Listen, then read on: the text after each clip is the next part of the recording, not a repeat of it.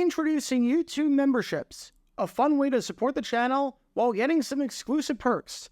Click the join button to become a member now and get benefits like badges next to your name on videos, behind-the-scenes photos, advantages during the live trivia game, discounts on merchandise, private one-on-one video chats, the ability to request future video topics, and exclusive 8 to 10 minute videos on the history of the NFL. And now, on with our feature presentation. Remember this game right here? This was a battle between the New York Jets and the Miami Dolphins that took place on December 20th, 1980, in front of a national television audience on a Saturday during the final week of the NFL season. Now, the game itself was completely and utterly meaningless. Neither the Jets nor the Dolphins could make the playoffs, and the Jets winning this game 24-17 meant absolutely nothing in the grand scheme of things.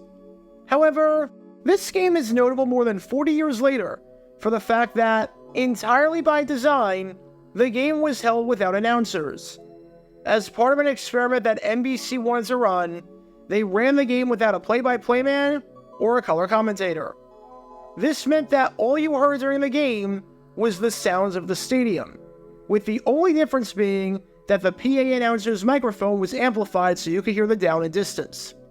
The results were mixed, and I probably won't do a video on it on my own accord, simply because there's nothing I can really add to the story that hasn't been said already, seeing as ESPN did a 10-minute documentary on the thing about a decade ago. But this Dolphins game was notable because it did not have an announcer. However, while you probably know about that Dolphins game without an announcer, you probably don't know about the game that we're going to talk about in our story today. You see, the Dolphins-Jets game from 1980 was without an announcer entirely by design. The game in our story? The announcer just forgot to show up, leaving the Dolphins completely scrambling and creating a broadcast that was somewhat of a mess when you break it down. Because in 1968, during an AFL game between the Miami Dolphins and the Kansas City Chiefs, the Dolphins radio network did not have their radio guy. And this is the story behind what might just be, considering the circumstances, the craziest broadcast in the over half-century-long history of the Miami Dolphins franchise. Before I talk about the actual broadcast in question, we need some context to understand how the game itself was going. It's September 28th, 1968, and we've got a Saturday night battle down at the Orange Bowl between the Kansas City Chiefs and the Miami Dolphins. Even though it's only September, I'd hate to say that this was a must-win game for any team. But back in 1968, before there were wildcards and anything like that, the times were very different. And while this game meant a fair amount for the Kansas City Chiefs, who were 2-1 and in an early logjam with 3 other 2-win teams in the West, for the Miami Dolphins, this game really felt like a must-win in all the worst ways. Through their first 2 games, the Dolphins were 0-2. They had been embarrassed by the Houston Oilers during their first game of the season, in a bizarre game where teenage hooligans snuck phone books into the stadium, ripped up the papers, and threw them onto the field, making the entire field covered in white as though the Dolphins were playing in the snow. You can learn more about that disaster by clicking the card in the upper right corner. And they lost their second game badly, losing 47-21 to the Oakland Raiders, in a game where they allowed a whopping 542 yards of offense while running for just 37 yards, while turning it over 5 times, and while trailing by 26 points at the end of 3 quarters after allowing Darryl LaMonica, who you can learn more about by clicking the card in the upper right corner, to throw for 4 touchdowns, no interceptions, and a passer rating of 145.8.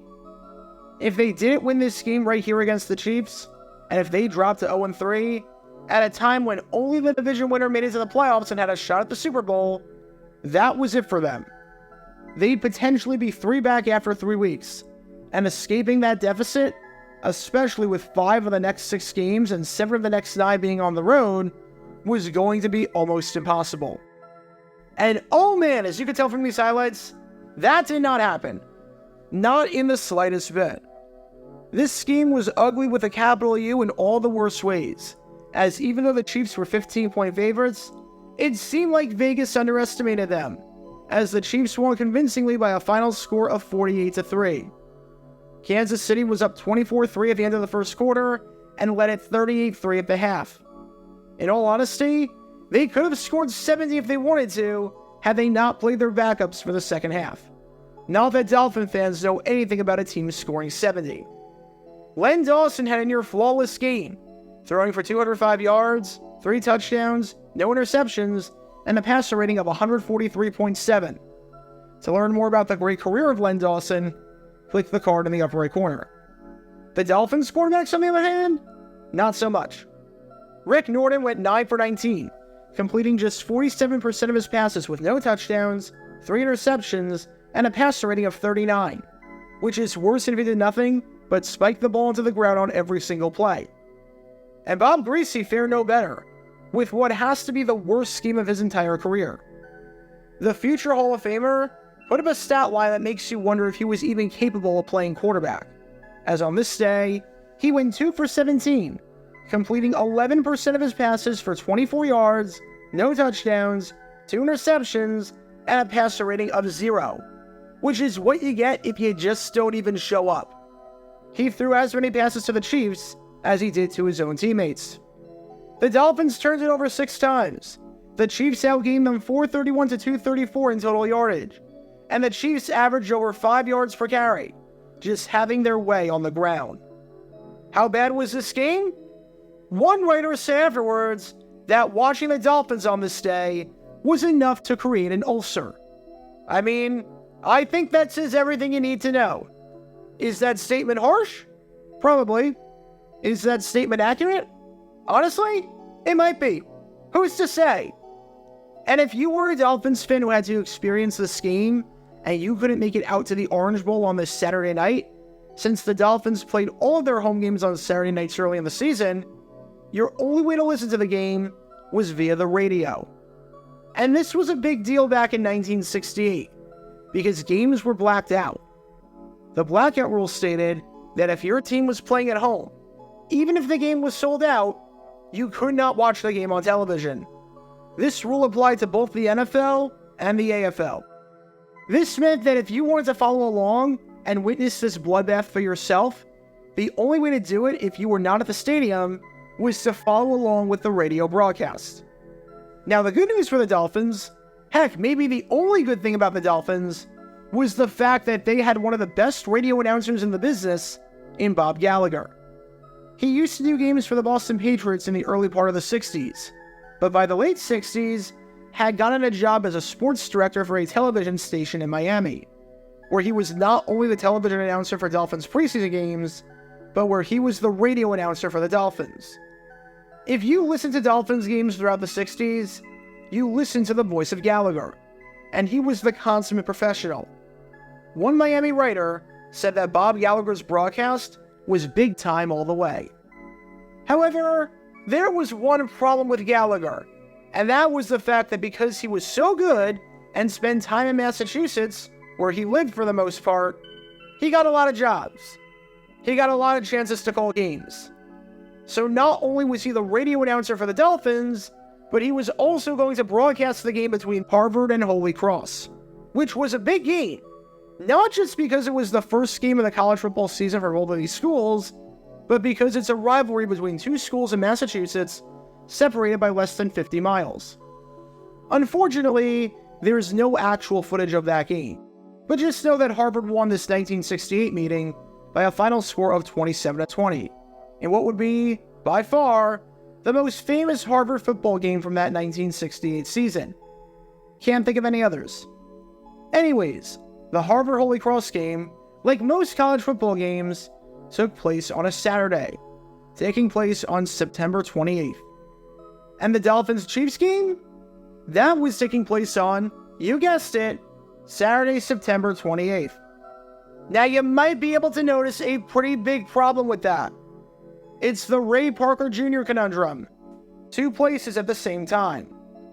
The game between Harvard and Holy Cross was on Saturday afternoon, and the game between the Dolphins and the Chiefs was on Saturday night. So that wouldn't be a huge issue, as it would be extremely possible to pull double duty. If it wasn't for the fact that Boston and Miami are separated by over 1,500 miles, or exactly 3 times the distance that the Proclaimers would walk. Why the Dolphins would allow him to do this, knowing that there is a very unlikely chance that he'd be able to pull this off, I don't know. But Gallagher was assigned to work both games, and he was going to make it happen. He was going to call the college game, get to the airport on time to catch his flight down to Miami, and get to Miami in time to call the second game, even if it would be pushing it a bit. And by a bit, I mean a lot. Let's think about this for a second. The Harvard Holy Cross game was taking place at 1:45.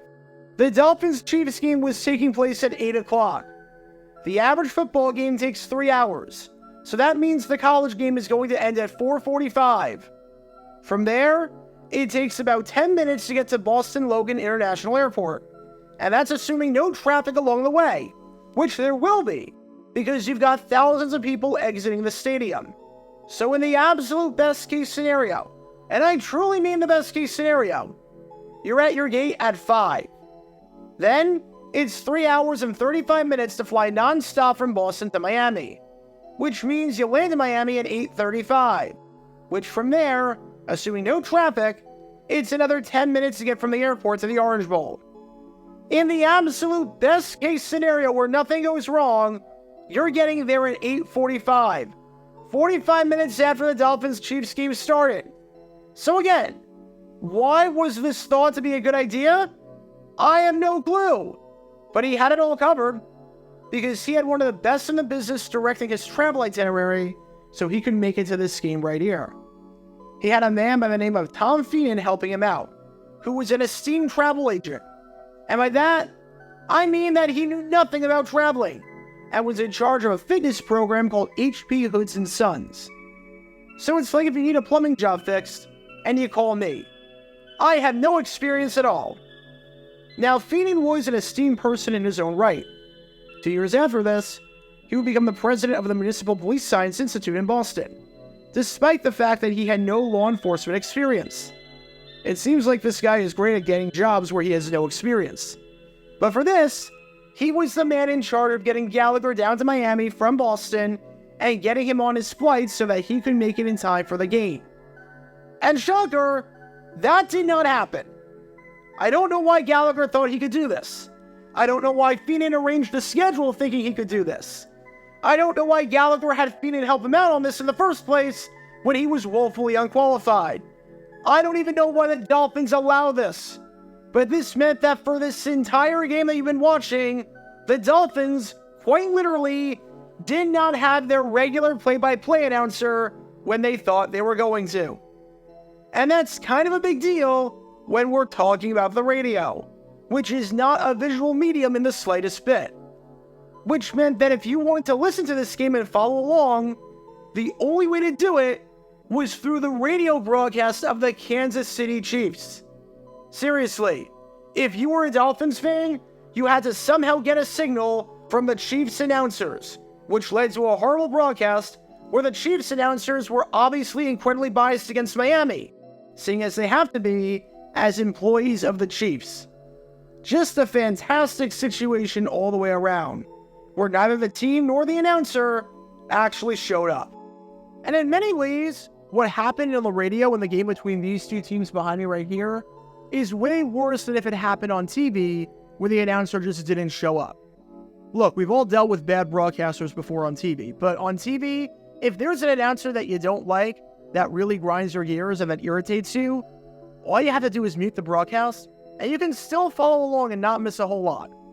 But with radio, yeah, you can't exactly mute the radio, which meant that if you were a Dolphins fan on this day, you had to follow along while listening to the Chiefs announcer, and there was nothing you could do about it, and you had to listen to your team getting shellacked 48-3 by a Chiefs announcer that had no idea what they were doing. Because yeah, that's a swell way to listen to a ball game, just as we envisioned. The pre-Don Shula years down in Miami were such a mess, and this is another example of that, even if it has been forgotten over time. Again, why anyone thought this was a good idea, and why anyone thought that Gallagher could successfully pull this off, I have no clue. Because the odds of him being able to get down to Miami in time for the game, when he would have been 1,500 miles away just 3 hours before, are worse than the odds of Daniel Jones winning the MVP and the Offensive Player of the Year in 2023. Because if you were a Dolphins fan, depending on where you were, this was an affront on not just the eyes, but on the ears as well. Get your official Jaguar Gear 9 merchandise by going to jj9shop.com, and be sure to like and subscribe, as it really helps the channel out a lot. Join me every Wednesday night where we'll play NFL Trivia for cash prizes at 9 p.m. Eastern over on Twitch. To learn more about the history of college football, subscribe to Jaguar Gator 8. To learn more about the history of Major League Baseball, subscribe to Jaguar Gator 7. Also, special thanks to all of our Patreon supporters for helping out the channel. Your support is greatly appreciated. See how you can become a patron and request future video topics in the description below.